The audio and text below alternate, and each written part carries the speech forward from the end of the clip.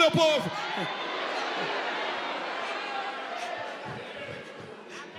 Esta geração cruza o Jordão, vence Jericó e entra na terra que Deus prometeu. Agora no lugar certo, na hora certa de desfrutar a bondade de Deus.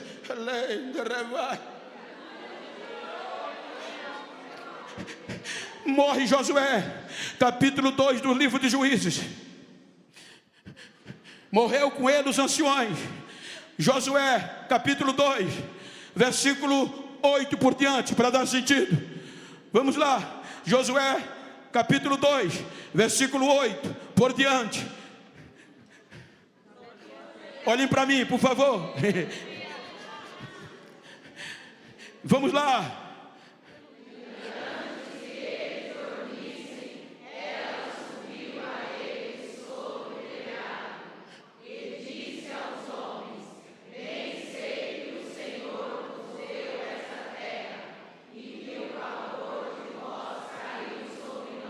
Josué, melhor, desculpe, eu é que errei Juízes. Juízes 2, desculpa gente, perdão. Juízes 2, 8.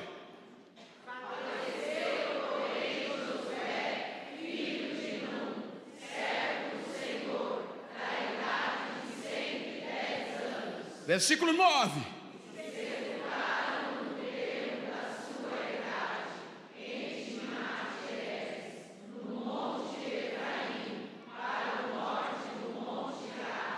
Versículo 10. E foi também convertida toda aquela geração a seus pais, e outra geração após eles se levantou, e não conhecia o Senhor, nem tampouco a obra que fizera a Israel. Imagine que isso aqui na ótica humana era impossível.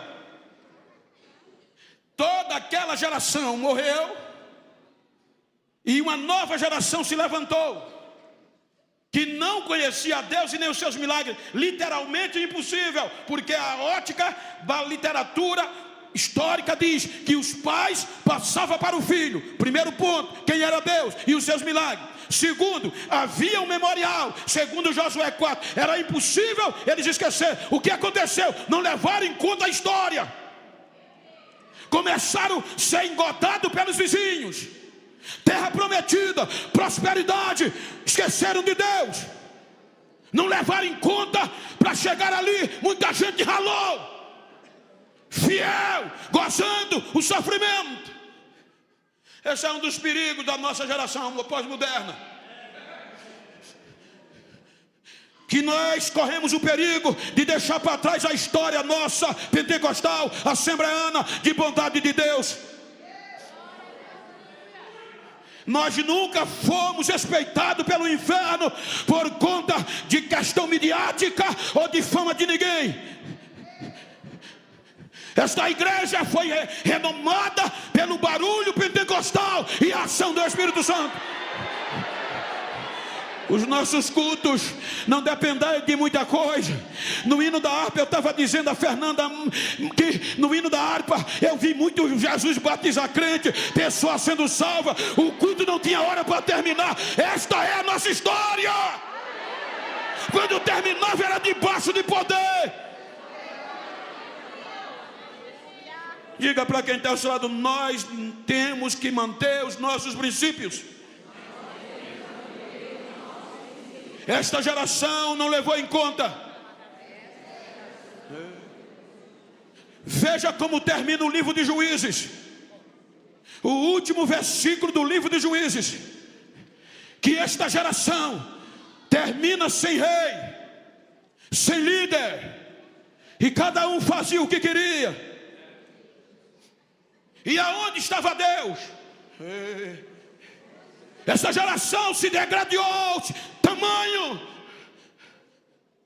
que só chega até o capítulo 4, versículo 22 do primeiro livro de Samuel. E olha qual era o hino. Olha o que era que um olhava para o outro e dizia.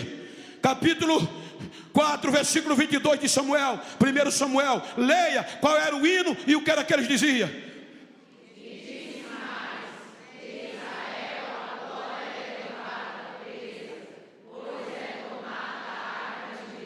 o elemento de relacionamento do êxodo. A arca simbolizava a presença de Deus no meio do povo. Esta geração foi tão insensível que perdeu a presença de Deus. Olhavam para o outro e diziam: Icabode, lá se foi a glória de Israel. Agora tem tabernáculo, mas não tem mais presença. Isso quer dizer, não adianta ter igreja bonita, igreja grande, se não tem a presença do nosso Deus. Não adianta rituais. Me ajuda no retorno, por favor. Não adianta rituais, se a presença foi levada, foi deixada para trás. Vai para o meio dos filisteus, e a presença de Deus no meio do pecado, em vez de bênção, vem maldição. A maldição vai para os filisteus. Eles imploram para os judeus ir buscar, mas eles não vieram. Imagina a situação dessa geração. E Deus trabalhando, gente. Olha que bondade. Esqueceram a arca anos e anos, cantando sem arca, sem presença.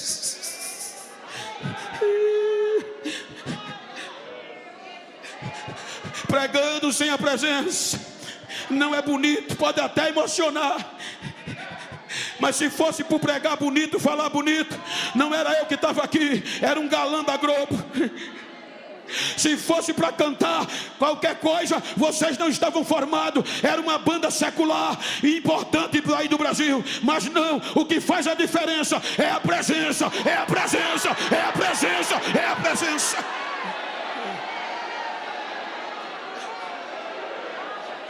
Esta geração desfez de Deus. E Deus trabalha para voltar. Quando eles não esperavam mais, não ligavam mais para a arca, aí Deus levanta a geração de Samuel. E por meio de Samuel vem Davi.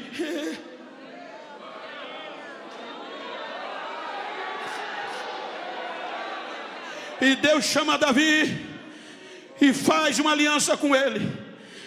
Segundo Samuel 7,14. Pode começar do 13 para dar mais sentido. Segundo Samuel 7, 13 e 14, o que é que diz? A igreja, por favor.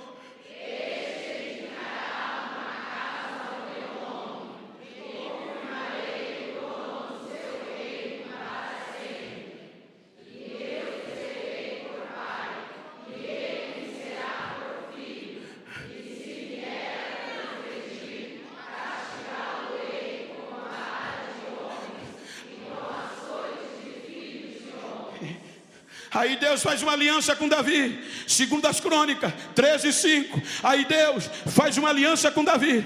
E como é que ele faz essa aliança? Segundo as Crônicas 13:5. De relacionamento com Davi. O que é que ele diz?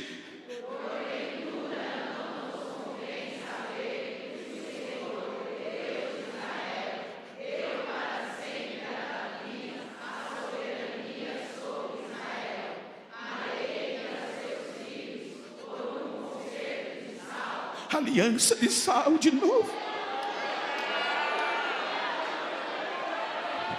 Deus faz a terceira aliança de sal, trabalhando para não perder o relacionamento. Aí diz a Davi: depois de ti eu vou abençoar a tua dinastia. O teu filho vai construir um lugar que não vai ser mais móvel, vai ser fixo. Eu vou ser com ele e com a tua dinastia. Se eles errarem, eu vou punir com castigo de homem, mas nunca tirarei o meu amor deles, como eu fiz com Saul. Aí o que é que Davi faz? Davi reina sobre todo Israel, mas não se conforma. As suas vitórias, agora Jerusalém conquistada, mas faltava uma coisa: a presença estava longe. A coroa não satisfazia, o cargo não satisfazia. Por que, Davi, você está triste? Porque a arca do meu Deus está distante, a presença está longe. Ele vai empreender Observe que ele diz: houve 14 gerações até aqui. Abraão, Isaac, Jacó, Rubem, Simeão, Levi, Judá, Zebulon, Isacar, Dan, Assé, Naftali, José, Benjamim, Perez, Esrom, Arão, Aminadab, Naasson, Salmão, Boaz, Obed, Jessé, Davi. 14 gerações. Deus trabalhando para o relacionamento. Aí agora vem Davi, faz uma aliança de sal, inquebrável, duradoura. Aí Davi vai buscar a presença. Eu não me satisfaço enquanto a presença de Deus não vier. Ele veste pesado e vai buscar a arca do Senhor. O bonito que eu acho é que quando a arca vai entrando em Jerusalém, sacerdotes paramentados, o povo cantando e adorando a Deus, e o rei no meio. Aí o rei começa a quebrar protocolo. Era a arca entrando em Jerusalém e o rei quebrando o protocolo, pulava, caía, rasgava a veste. Quem não entendia dizia: vadio, tá frio. Não, é que quando a presença de Deus é real, protocolo tem que ser quebrado, protocolo tem que ser jogado por terra, e Deus é quem faz a diferença.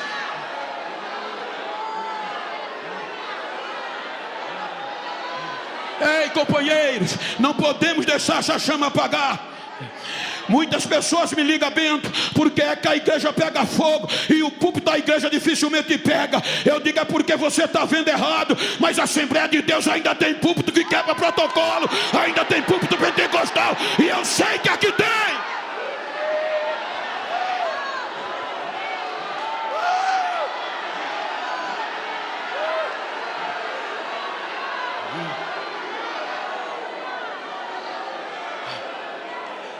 A arca vem. Aí agora vai ter banda de novo. Vai ter obreiros separados por grupo. Vai ter culto de novo, animado, cheio da presença. Davi morre. Aí vem Salomão. Aí Salomão cumpre o desejo do pai. Constrói um templo suntuoso. Agora o tabernáculo vai seguir a liturgia, mas agora era um templo que quem olhava se apaixonava, de beleza. Aí Deus se agradou e disse: vou morar aqui. O relacionamento com a aliança de sal é tão boa que eu não vou sair mais do meio do meu povo. Aí ele diz: Salomão, quando eu mesmo resolver fechar os céus e não mandar mais chuva, quando eu resolver mandar os gafanhotos para comer a lavoura, mas se esse povo que se chama pelo meu nome se humilhar, orar, buscar a minha face, se converter dos seus maus caminhos, eu ouvirei dos céus a oração que seja feita neste lugar, porque os meus olhos vão estar abertos, os meus ouvidos vão estar abertos, os meus olhos vão estar fitos. Eu vou habitar neste lugar. Eu gostei, vou morar no meio deste povo.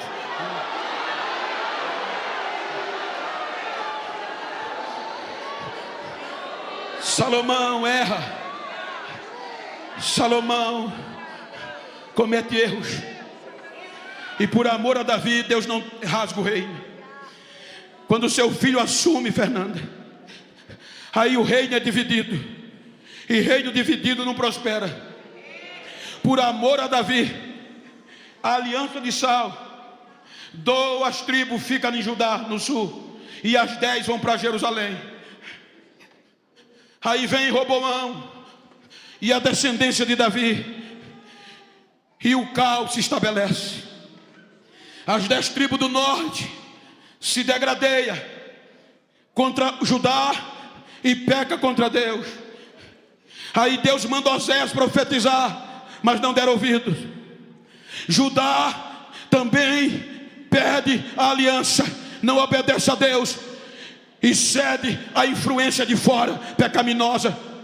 Aí Deus levanta Amós, porque agora a dinastia de Davi parecia que acabou, vai acabar, o pecado está ruendo. Aí Deus levanta Amós, capítulo 9, Amós, versículo 11. O que é que Amós diz acerca da dinastia de Davi? O que é que ele diz no meio do caos, no meio do pecado, da insensibilidade? Amós 9:11, a igreja.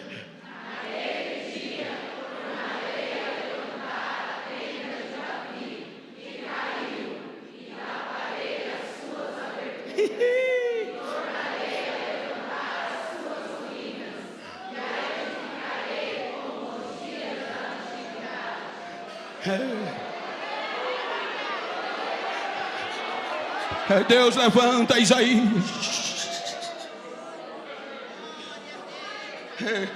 E é aqui que Isaías entra no meio das ruínas, advertindo a Israel a voltar a Deus.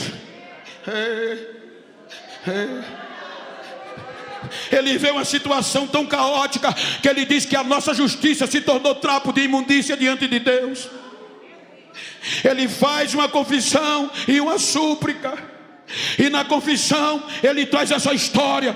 Oh Deus, nunca nem o ouvido ouviu, nem os olhos viram, e nem os ouvidos perceberam um Deus tão grande como tu, que trabalha em prol do teu povo. Pecamos, e agora o que faremos, Deus?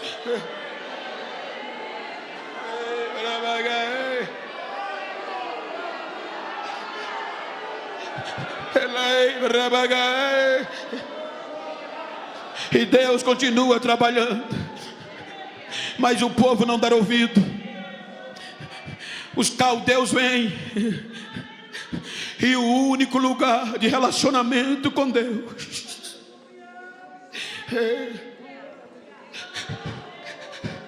Eva e Adão fez o Éden ser destruído.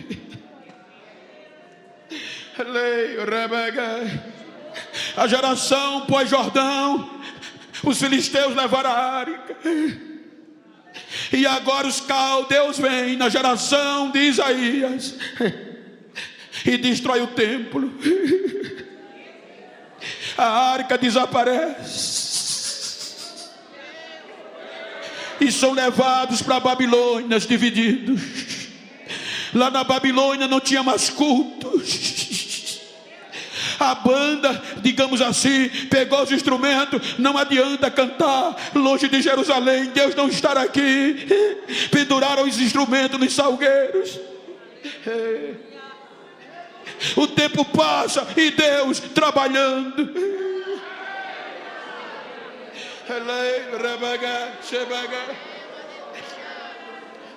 Quase 70 anos. Aí Deus chama Ezequiel e diz: Ezequiel, pois não, Senhor, capítulo 37. Pega e corta um pedaço de madeira. Ezequiel corta um pedaço de madeira. E agora, Senhor, escreve com letras grandes: Israel, Efraim, por José e toda a casa de Israel. Escreveu. E agora corta outro pedaço de madeira. Lembra que eles foram divididos, separados, intrigados. E pega esse outro pedaço de madeira e escreve: Judá, por Judá e toda a casa de Israel. E escreveu. E agora gruda um no outro. E começa a andar pelas ruas na beira do rio de Babilônia, com dois pedaços de madeira grudados no outro. E quando o povo perguntar: o que é isso? Você vai dizer assim: diz o Senhor, a partir de agora é uma madeira só. É os dois unidos. Vai voltar, mas tem que ser unido. Vai ser os dois na minha mão.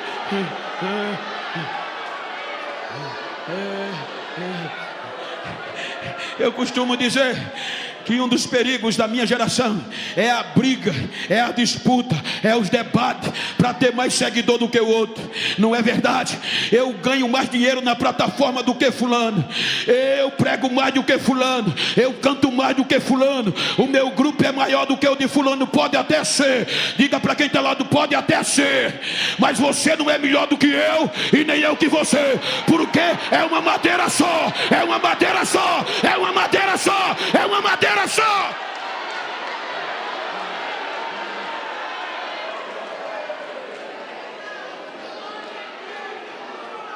Deus trabalha de uma forma sobrenatural, que traz Israel de volta. Para sintetizar, aí olha, 14 gerações. Terminou como? O templo destruído. Davi, Salomão, Roboão, Abias, Asa, Josafá, Jorão, Uzias, Jotão, Acais, Ezequias, Manassés, Amon, Josias, Jeconia. O cativeiro sem templo e sem arca. Aí ele diz, Mateus, de Davi até Jesus, até o cativeiro 14, do cativeiro até Jesus 14.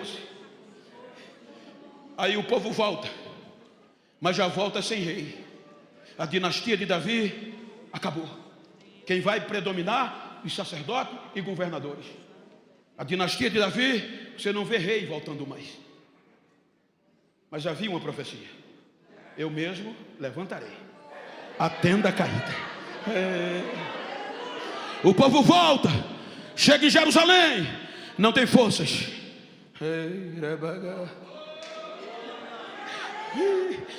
Aí Deus usa o profeta Ageu. Recomeça, porque eu fiz uma aliança com vocês, e por conta desta aliança eu trabalho até hoje. Meu é a prata e o ouro, e eu digo a vocês, tenham força, que a glória da segunda casa vai ser maior que a primeira.